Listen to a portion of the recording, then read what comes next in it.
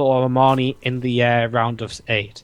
Hmm. If you get second place in this group, you play against Tefel, Patience, or Solar in the round of 8. Wow. Now, I'm pretty sure I would rather come first and play against someone who didn't just place round of 8 in two of the most stacked tournaments ever in Patience. I wouldn't want to play someone who comes out as the ace player for his team in Pro League. And I'm pretty sure I wouldn't want to play against Tefel, who is one of the most dangerous players in online cups ever. So, I'm just saying that I'm pretty sure whoever wins this match is going to be goddamn happy. Oh yes, he will. And heading straight into the game. By the way, do you have a stroboscope in your room, Morty? I was just saying the Uh, light flicker on and off all the time, so oh, really? it's, My light? I don't know. It's Oh, it's probably British something disco good. thing, you know. Disco No, ball it's moving. it'll be something to do with the way that it's probably some funny light bulb because they've ripped us off and they don't want to give us a proper light bulb. So there'll be some funny light bulb which is interacting with the camera. It's like making it go all crazy and stuff. But nonetheless, All here we right. go. ZVZ hatch No, first. Take us away with our players, Marvin. yeah, never mind that because we'll start here. Up in the top left corner, we have corners this time. It is DIMAGA playing Zerg dressed in red and looking mighty dangerous, I would say. His opponent dressed in pink, looking a bit more fabulous. It is JonnyREcco also playing Zerg. An awesome game for awesome viewers. And I want to say hello to our 369 viewers on the stream. Pleased to meet you. Yeah, man. You know what? It's absolutely crazy we have this many people watching the Winter League on a day where there's so much other StarCraft going on. There's the Seat Story Cup, one of the most fun kind of cups that's going to go on.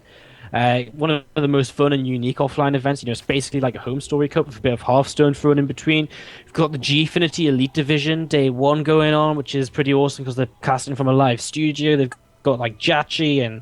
Oh, no, they don't have Jachi, but yeah, I think they've got like MMA, Scarlet, Cass, Snoot, and two other players, honestly, who I can't remember right now. But I mean, it's good. It is. There's some awesome StarCraft on. So I'd just like to thank you all for tuning in here and choosing to watch us and watch this. What's hopefully going to be a fantastic ZVZ. Where the slight difference is right now, just DIMAGA with slightly faster gas than JonnyREcco, but overall not too much. And the real information is going to come in how fast do these guys pull out of gas. Is DIMAGA going to keep mining in all three? Is he going to pull out with 2? And right now he's just mining with all 3 still, so he's going to go for a pretty fast Baneling Nest here. JonnyREcco, on the other hand, let's see what he wants to do. Yeah, it's continuing on gas, so it's looking that... Oh, well, he's probably saving up gas for Banelings. I'm feeling this is going to be a Zergling versus Zergling battle, and then transitions into Mutas, and then we're going to see a full-out cluster fight in the middle with Swarm Hosts and Vipers and whatever they can summon up. Yeah, it's gonna be intriguing if you ask me, because Baneling Nests are coming down from either side. Now, the thing is, with this in this situation, neither player really has to be aggressive. They can just continue to drone, and the Baneling Nest can be purely for defense.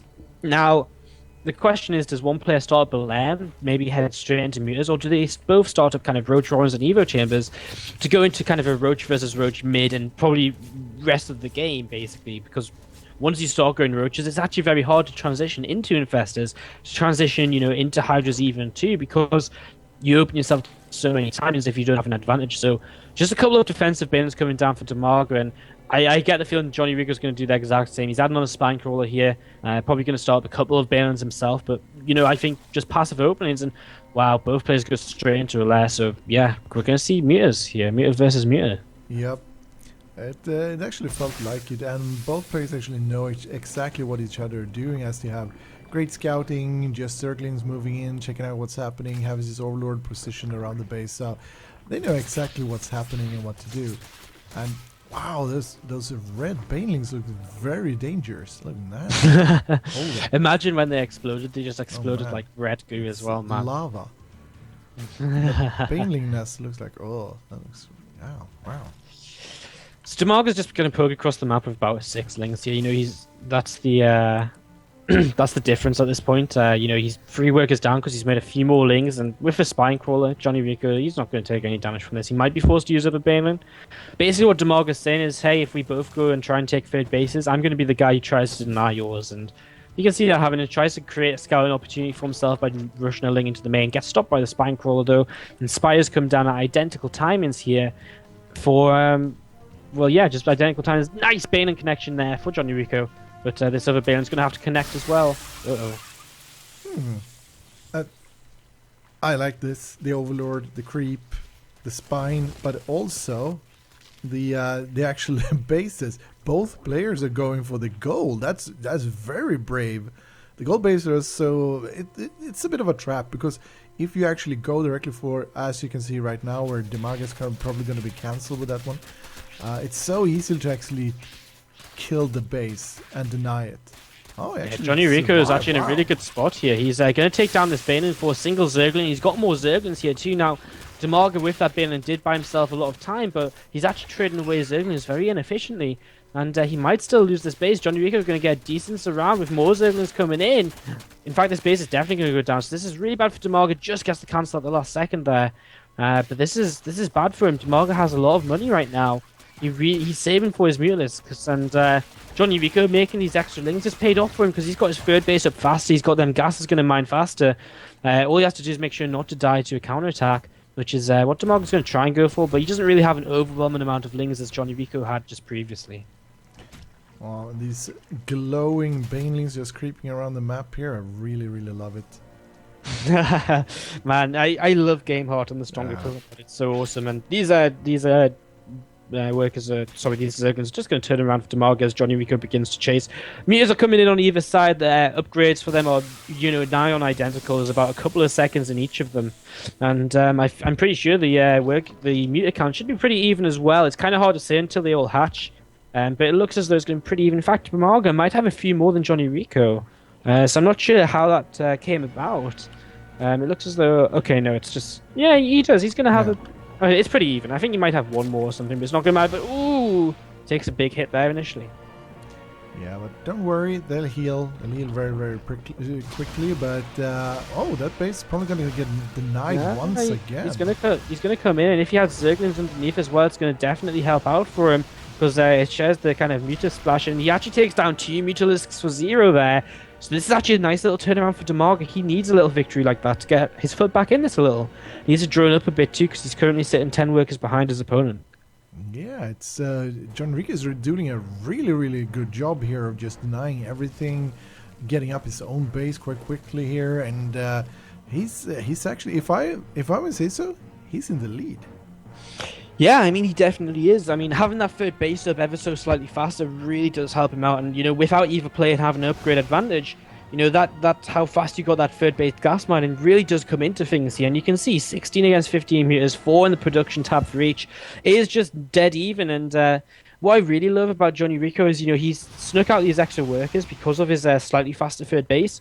But he's also been able to afford a Spore Crawler on the edge of his gold. And, that basically means his gold's it just can't be attacked by DIMAGA. It's a good defensive by DIMAGA, keeping his Mutas just hovering around the base here. And JonnyREcco is trying to snipe this extractor. The longer you can delay the extractor, the better.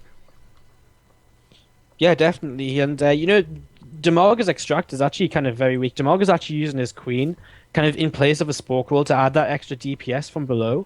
But if he loses that extractor, again, he's going to fall a little bit further behind. You can see JonnyREcco, he's looking for that opportunity to jump in there. But always falling back. But a lot of lings are heading over towards DIMAGA's base, but he turns around.